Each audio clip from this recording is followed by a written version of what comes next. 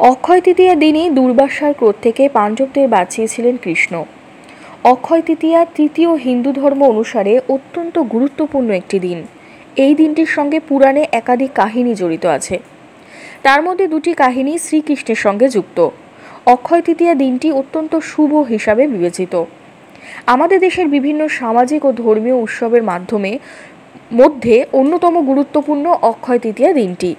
বৈশাখ মাসের শুক্লপক্ষের তৃতীয়া তিথিতে পালিত হয় অক্ষয় তৃতীয়া। হিন্দু ধর্ম অনুসারে এই দিনটি অত্যন্ত শুভ।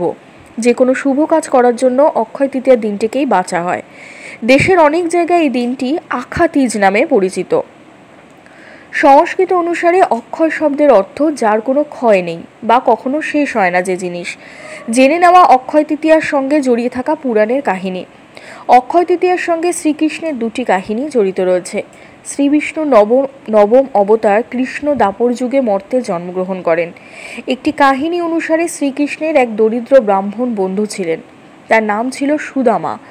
সুদামা একদিন কৃষ্ণের খাবার খেয়ে নিয়েছিলেন। তারপর কৃষ্ণকে খাবার দিতে তিনি এক মুঠো চাল নিয়ে তার ঘরে আসেন। তাকে খাওয়ানোর জন্য সুদামার এই আকুলতা মুগ্ধ করেছিল শ্রীকৃষ্ণকে। এরপর কৃষ্ণের আশীর্বাদে সুদামার দারিদ্র্য ঘুচে যায়। পুরাণ অনুসারে এই ঘটনা ঘটেছিল বৈশাখ মাসের শুক্লপক্ষের তৃতীয়া তিথিতে। আবার অন্য একটি কাহিনী অনুসারে মহাভারতে কৌরবদের কাছে পাশা খেলায় হেরে গিয়ে 12 বছর বনবাস ও 1 বছরের জন্য অজ্ঞাতবাসে যেতে বাধ্য হন পাণ্ডবরা।